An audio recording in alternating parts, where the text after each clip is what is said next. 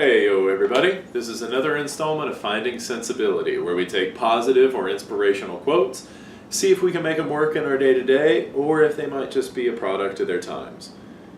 Tonight's quote is a lot to try to think about, and I know I'm going to challenge myself, but with any luck I'm going to challenge you as well to really reconsider how we interact with each other based on how we see ourselves. Tonight's quote: first, keep the peace within yourself. Then you can also bring peace to others. This reminds me of the idea that you have to love yourself before you can adequately love someone else.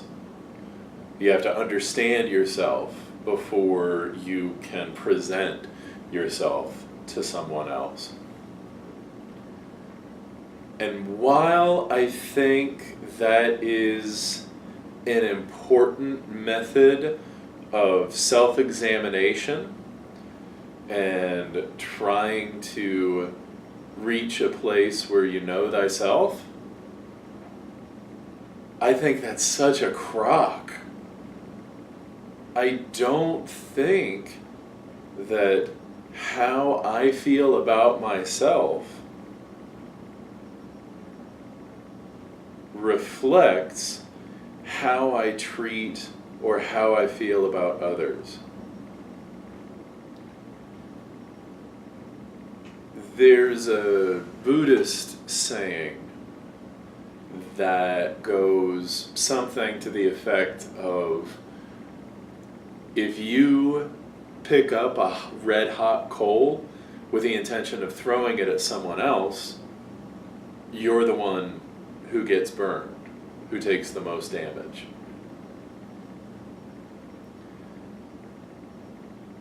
I don't agree with that either. I believe it is an absolute constant struggle to really adequately understand. I said adequately. I don't think anyone can fully know themselves or appreciate themselves, but to adequately know yourself, know your positions, know your ideas, know your passions, is a never-ending endeavor. And to say that I need to have the peace within myself, and I don't believe I said, that was Thomas A. Kempis. I don't believe I said his name. But to say I need to have the peace within myself before I take the peace to others, that does not ring true to me. As I said, I think it's an important idea to help you to continue to reflect on yourself. But this is where we get people who don't know how to exist outside monastery type living, who can't take an idea for existence and function in the actual world. They have to go off and be by themselves. Otherwise, their ideology can't function in a system that is seemingly nothing but friction.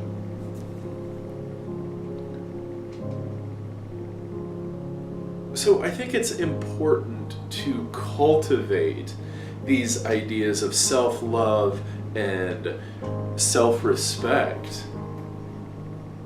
But if I wait to have these things within myself before I try to start a relationship with someone else, whether it's a friendship, whether it's a romantic relationship, whether it's a professional relationship, a financial, a religious, these things are never going to be complete inside me, and they probably won't be complete inside you. But that's okay.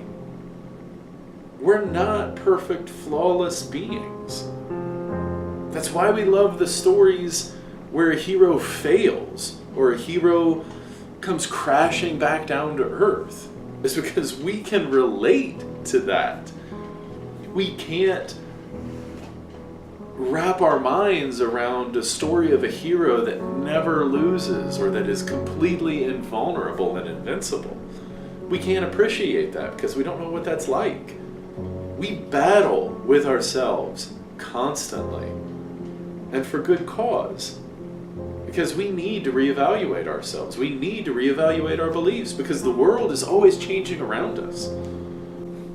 But don't wait until you feel like you're 100% completely put together. Because the best way we can relate to each other and we can appreciate each other and we can love each other is to help fix each other. Give each other what they need. A big part of this is understanding what you need as an individual. And once you know what you need, then you can go out into the world and you can find somebody that complements your style.